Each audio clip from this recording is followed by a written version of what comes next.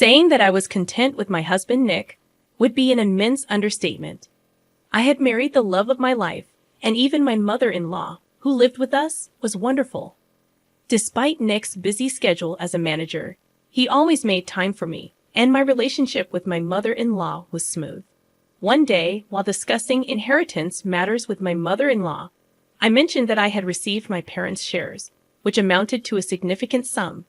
Her reaction was unexpected. She grew silent and questioned why I wanted it so early. I explained it was Nick's wish for me to have it now. This revelation seemed to disturb her, and she suggested I review our prenuptial agreement.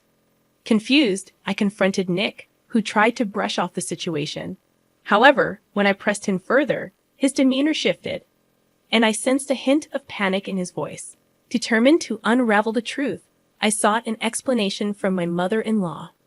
Reluctantly, she confessed that she had discovered documents in Nick's home office outlining a prenup that significantly favored him, contrary to what I had signed. Shocked, I confronted Nick, who promised to show me the prenup the next day. But when he failed to produce it, my suspicions deepened. During his absence on a business trip, I couldn't shake off my suspicions. Driven by a desire for clarity, I decided to search his office discreetly. After days of searching, I finally found our prenuptial agreement hidden away, raising more questions than answers. Rage coursed through me as I pored over the document. According to this new version of our prenup, most of my properties would be his in the event of a divorce. I was utterly incredulous. The prenup I had signed with Nick, the one my lawyer and I had carefully reviewed, was nothing like this. It had outlined fair terms, where we retained rights to our personal properties and shares. Nick had seemed completely fine with it. I couldn't fathom how he had orchestrated this deceit behind my back. I immediately called my lawyer from back then, hoping for a solution. However, he seemed as clueless as I was, leaving me feeling utterly hopeless. Frustration and stress consumed me. Aimlessly pacing around the office, I stumbled upon a necklace in one of the drawers, unmistakably Molly's. A custom design I had gifted her for her birthday. My heart plummeted. Trying not to jump to conclusions, I called her. She explained she was visiting her parents and wouldn't be back for 2 days. I hung up and rushed to her house, my dread escalating as I saw Nick's shoes next to hers at the door. Inside, I confronted Molly, my voice laced with fury, demanding Nick to reveal himself. Both of them stood before me, guilt etched across their faces. They began to apologize, but their insincerity was palpable. My husband and my best friend desperately spun excuses, their lies struggling to find any semblance of believability. I had waited until their feeble attempts to cover up their betrayal ceased. Holding the prenuptial agreement in my trembling hands, I confronted them. I demanded an explanation from Nick, his initial shock quickly transforming into composed denial. He insisted that the document I held was the original one. Refusing to be deceived again, I stood my ground, threatening legal action against him for altering the prenup. Nick scoffed, dismissing my threats, claiming there was no proof of the fabricated version. Realizing I needed legal expertise, I resolved to find a knowledgeable attorney to fight back. My gaze shifted to Molly, who attempted to leave discreetly. I erupted in fury, accusing her of betrayal. In a moment of satisfaction, I slapped Nick hard. But he retaliated, blaming me for his deceitful plans. He asserted he intended to divorce me while preserving my feelings by keeping everything else intact. His manipulative words twisted the truth, making me question my own judgment. The betrayal cut deep. These were two of the people I trusted most, and their collusion left me feeling nauseous. As I processed the shock, Molly's son's cries echoed from another room.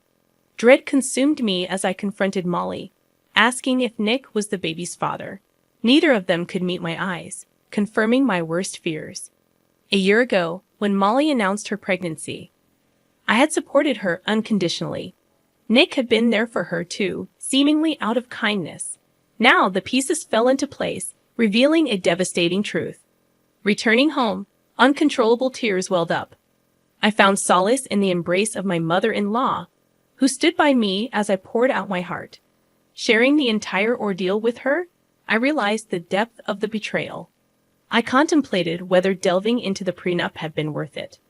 Unearthing this web of deceit had shattered my world, leaving me questioning everything. I find myself utterly lost, unsure of how to proceed or whom to trust. It has become incredibly difficult to place my faith in people. I am immensely thankful for the suggestions and advice many of you have given me. Nick didn't return home for an entire week, and truthfully, it was probably for the best. Both my mother-in-law and I were prepared to kick him out if he did. Every day, I grew more restless, haunted by thoughts of the prenuptial agreement.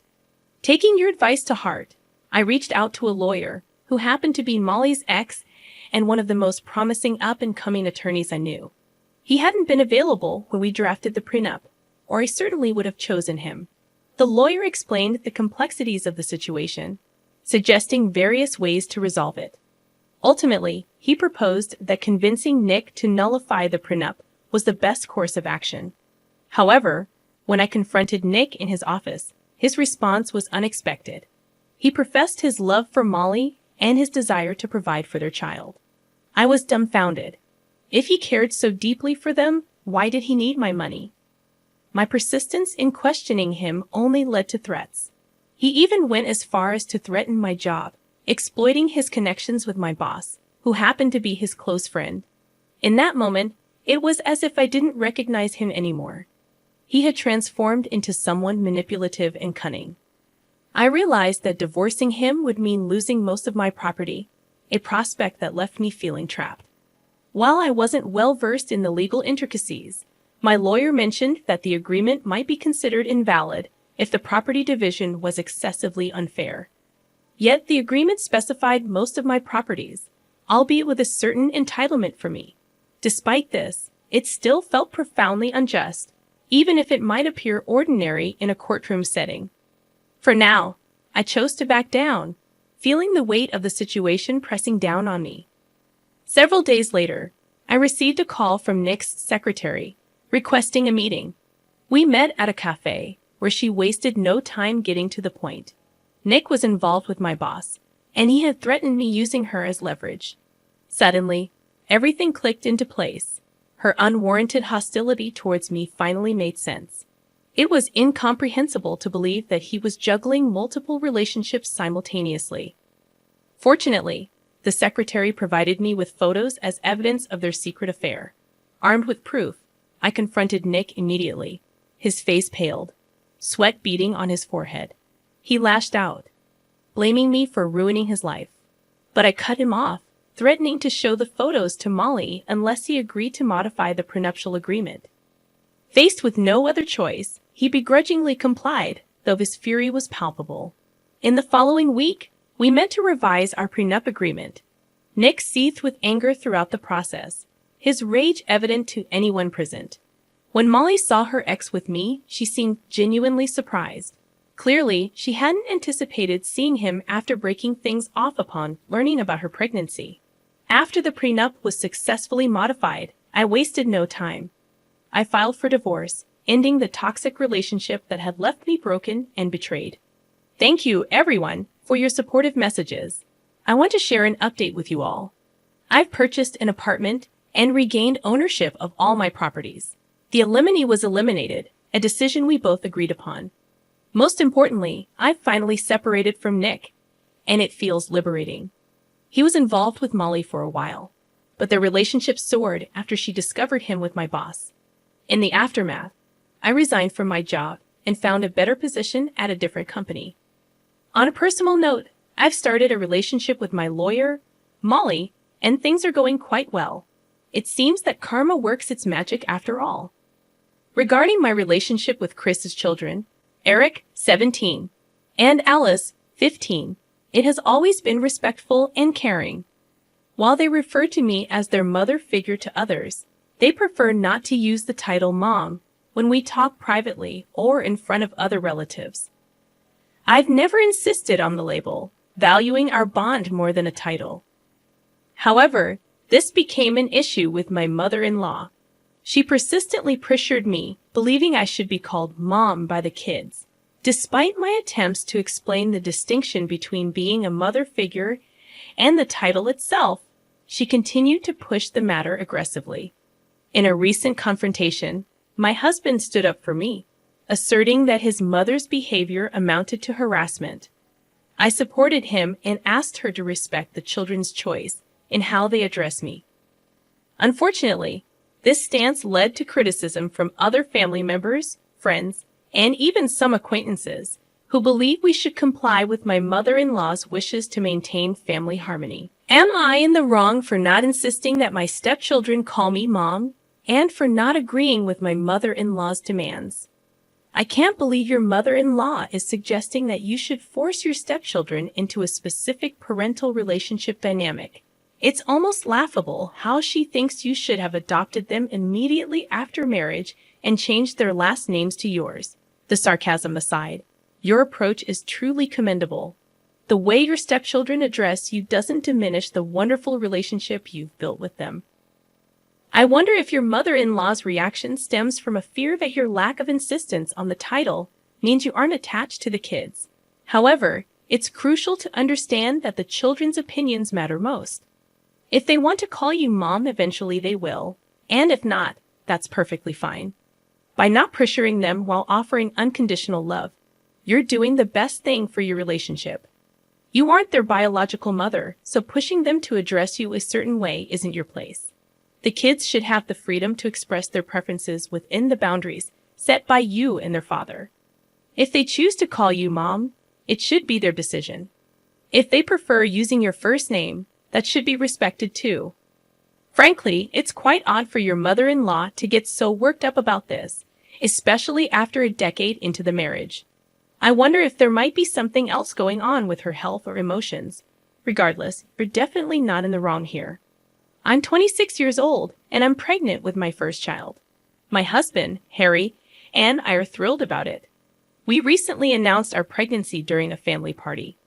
Most people were excited for us, except for my sister-in-law, Jonah. She's 34 years old and happens to be best friends with my husband's ex-wife, Elisa. Elisa and Harry had a short-lived marriage in their early 20s, and it ended due to her infidelity. I met Harry almost 3 years after his divorce, and we hit it off instantly. We're now happily married and expecting our first child. However, Jonah believes that I somehow stole her brother away from Elisa, and that Harry still has feelings for his ex. Jonah frequently brings up Elisa in conversations with me, usually when Harry isn't around. While it was initially a minor annoyance, her comments escalated after I announced my pregnancy. She started suggesting that I should name our baby Elisa if it's a girl, which really bothered me. One evening, at a party celebrating Joanna and Theo's 5th wedding anniversary, she mentioned the Elisa name suggestion again. I lost my patience and publicly revealed something no one else knew. I loudly responded to Jonah, asking her if she wanted me to name my child after her high school sweetheart, Marcus, like she named her own son. Everyone at the party was shocked, including her husband, Theo, who looked stunned. I felt bad about hurting him, but I couldn't tolerate Joanna anymore. Harry and I left the party immediately without waiting to see the aftermath. I felt awful afterward, especially when Harry supported me, as he felt I did the right thing. However, his mother called and criticized me for my outburst, saying that I should apologize to Joanna and claim it was a joke. I was already upset with Jonah's comments, and Harry's mother's call made things worse. I declined to apologize and told her to pay attention to what her daughter says to others instead. She also called Harry, and they argued about the situation. She insisted she wouldn't see Harry unless we apologized to Joanna and Theo. Harry is firm about not apologizing, and I feel terrible because I know how much he values his family, and now they're not speaking to him because of what I said. I might have overreacted a little, and maybe I should just apologize and get this over with before it goes any further. What if Theo leaves Jonah? Did I ruin their marriage? Should I apologize, or am I right here? I really don't know what I'm supposed to do. I don't want to see Harry upset, but I also don't think Joanna deserves my apology.